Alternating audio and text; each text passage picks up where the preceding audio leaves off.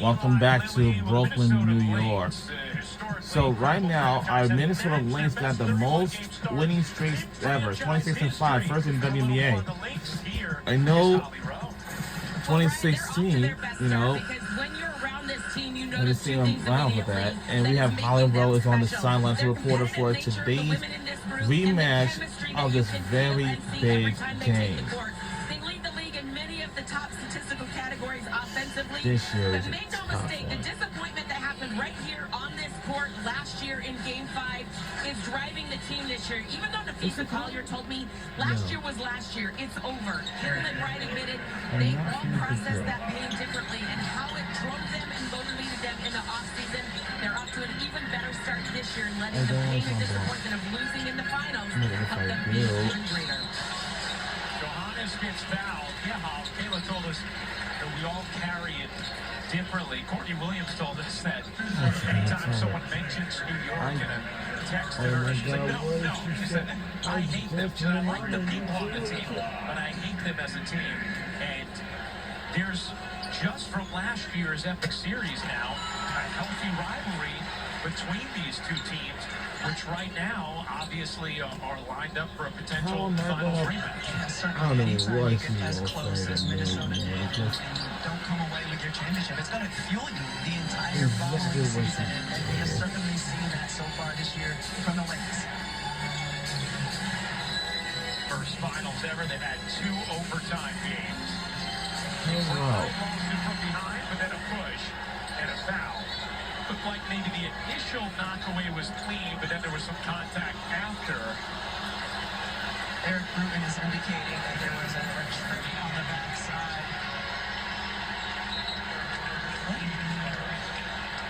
You know, I think New York is going to challenge this.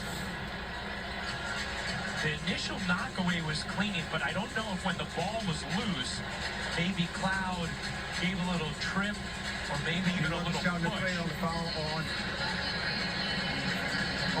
Cloud. Yep, that's right, Eric. He was on Natasha. Well, I think as soon as Eric Rubin indicated that it was a trip, I think the universal leg sweep is an indication of that. Yeah, pro wrestling move as well. Yes, exactly. And then you don't see one. Let's see if there was. Now, the initial ball being lost, that's clean. Is there that left foot of Cloud that trips up McBride's left foot? I wonder if that's why it's still going to be a foul. So the knockaway is clean, but then watch the left foot of Cloud. Boom. Knock down McBride. And so that's where I think the call could be upheld here. There's the right hand on the back of McBride and the left foot on the left foot. To me, that's probably going to remain a foul on Natasha Cloud. I saw it if you didn't see anything. And obviously, you're really early part of the game to lose the opportunity to challenge again and to lose that timeout. I think the reason Natasha Cloud was so adamant that she didn't foul is because she didn't realize her foot had tripped up. I think she was just thinking about what was happening in her upper body. Yeah, obviously, if New York got to do that again, they may not use that challenge. Not the best spot to use it in the first quarter. And with what was the call, they were able to confirm as a foul pretty quickly. Yeah. I think the reaction from the Liberty players was at seeing that there was no foul when the ball was charged loose. But there was in the aftermath of that. See Dejanay Carrington into the game for the Lynx, just acquired from Dallas at the trade deadline. Shot clock at 5. Shepherd able to swim through traffic. And the New York Liberty were trapping on the corner, and the Minnesota plays a really good job with ball movement and finding open fire. And the shot is good by New York Liberty. Williams got a career high 13 assists in the first meeting between these teams. Here's Carrington. Pull up 2. No. New York with a smaller lineup now with Leonie Fievich playing the 4 position.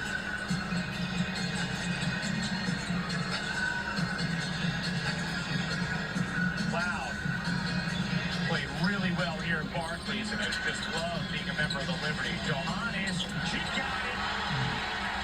And the 3 is good by New York Liberty. Like she's unable to reach out to me. What am I gonna do without her? Just heaves across her body. Nice cut by Carrington, and Shepard finds her for two. And how about that baseline cut? Sabrina Ionescu turns her head and Carrington reads it and just cuts to the hoop. Ionescu, beautiful drive, just didn't finish it with the left. Here's Williams, again with speed to the mid-range, too much on it. Long rebound back to Williams, that one she gets.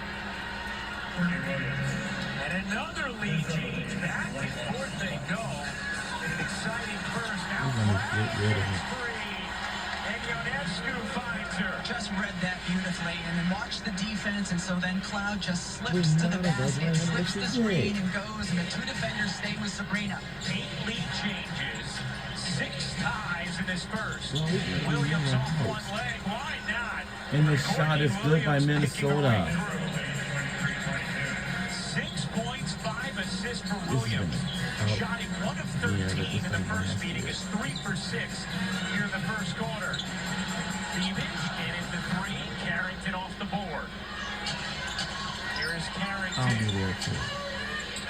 That's the screen for Williams, another mid-range. Oh, yeah! And the shot is good by a Minnesota.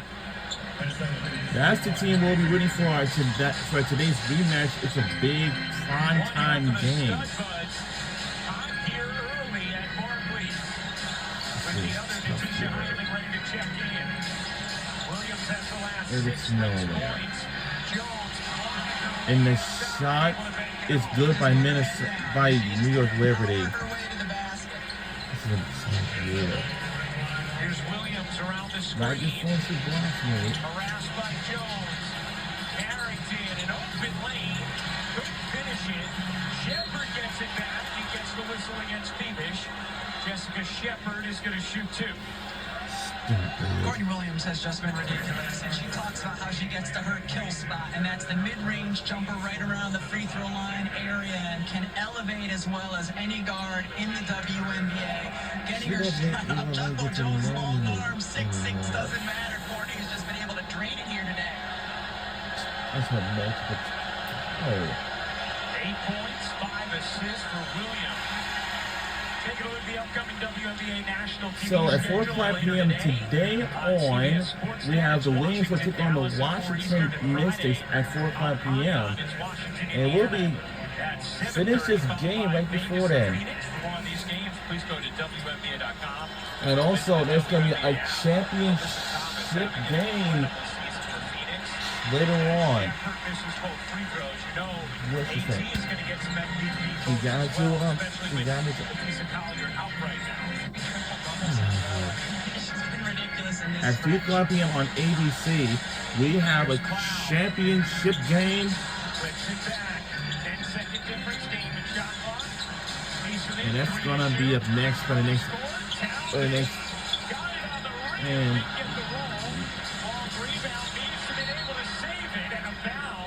is going to go against Heinemann on the loose ball. this summer wasn't that easy, but it's like, you know, go to Virginia. Just the hustle by both of these players. It wasn't gonna have to be home in that Tournament at the very end. But this summer, last year was kind of upsetting. See, that's not right here all and It'll go out of bounds as the quarter comes to a close. 9 lead changes, 6 ties, and Minnesota a 1-point lead after 1. Second meeting of the season between these two squads after their unforgettable finals a season ago. And Courtney Williams is with Holly Rowe. Well, Courtney, you started to get hot in the late part of this first quarter, getting to you like to call your kill spot. How are they giving you that shot right now? I mean, they backing up. So if they gonna back up, I gotta make their ass pay. My bad. Gotta make them pay. Without Nafisa Collier, you guys are learning to play a little bit different way. What does that look like for this group right now because it's working? I mean, a little bit more. A little bit more from everybody. Obviously, fee is a big part of what it is we do. So we just need a little bit more from everybody. All right, thanks, Courtney. Appreciate you. Well, Courtney Williams scored or assisted on 20 of Minnesota's 25 points in that first. We'll be back after this message and a word from our ABC stations. And now we'll do it for the first quarter, and we'll be back on the other side. Second quarter is next.